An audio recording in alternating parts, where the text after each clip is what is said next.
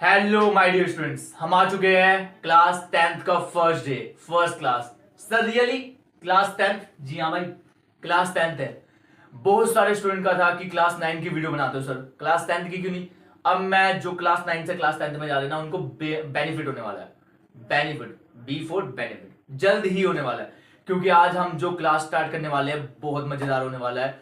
तो please like, subscribe और share करना मत भूलना, है ना। जल्द ही हम क्लास को मजेदार बना देंगे, क्योंकि आज का जो चैप्टर रहने वाला है वो रियल नंबर, वास्तविक संख्या, क्लास 10 का चैप्टर फर्स्ट है ना।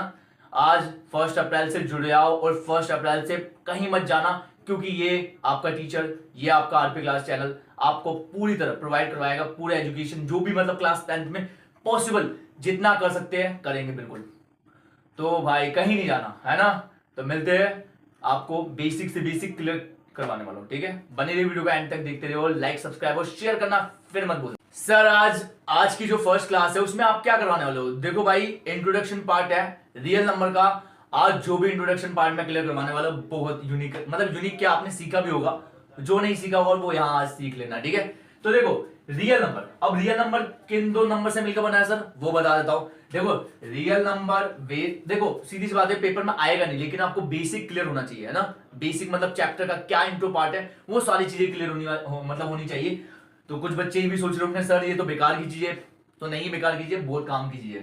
तो देखो रियल नंबर दो नंबर से मिलकर बना हुआ है। पहला नंबर आ जाता है रैशनल नंबर, रैशनल नंबर यानी कि परिमेय संख्या, है ना। एक है irrational number,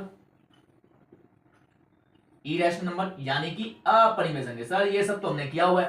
rational number P upon Q के फॉर्म में लिखा जाता था, और बट एक कंडीशन होती थी, क्यू की वैल्यू नॉट जीरो होनी चाहिए, मतलब q is not equal to zero, ठीक है। इरेशनल नंबर मतलब जो रूट में होते हैं, √2, √3, √5, √7, ऐसे इरेशनल नंबर। मतलब इन दोनों को कंबाइन कर दो ना भाई, दोनों को जोड़ दो तो इक्वल टू में क्या बन जाता है, रियल नंबर। अरे सर अच्छा ऐसी बात है सर? हाँ भाई बिल्कुल। देखो भाई सीधी सी बात है, ये पेपर में पूछने नहीं आएगी, लेकिन आपको पता होना चाहिए ना। अब क्या देखो, रियल नंबर हमने पता कर लिया क्या होता है, ये दोनों को जोड़ दिया है।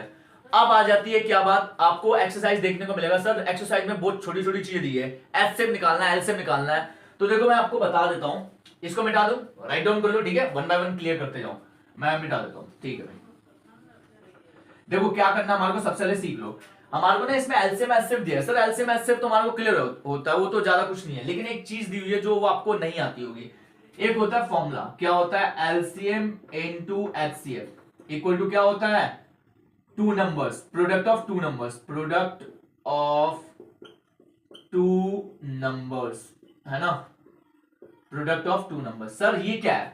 देखो भाई कभी ऐसा भी सिचुएशन होगा कि एलसीएम दिया होगा, एचसीएफ निकालना होगा, प्रोडक्ट ऑफ टू नंबर्स की वैल्यू भी दे दी गई होगी, है ना।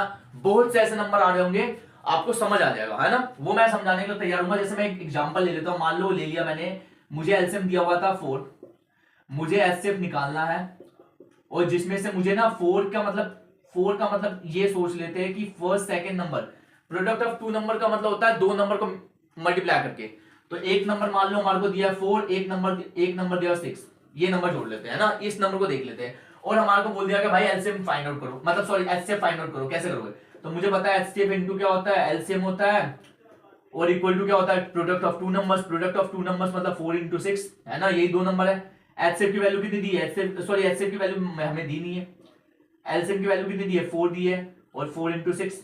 अब मुझे पता है एचसीएफ हम ऐसे ही रहने देंगे, 4 × 6 हो गया, ये 4 इसके नीचे आ जाएगा, 4 से 4 काटा तो एचसीएफ की वैल्यू कितनी हो गई, एचसीएफ की वैल्यू हो गई हमारी 6। सर क्या बात है, क्योंकि देखो भाई एक्सरसाइज 1.1 में आपको सिंपल दिया होगा यार, एलसीएम एचसीएफ तो निकालो, बट ये नहीं पता था, कमेंट करना, पता था यस और नो, ठीक।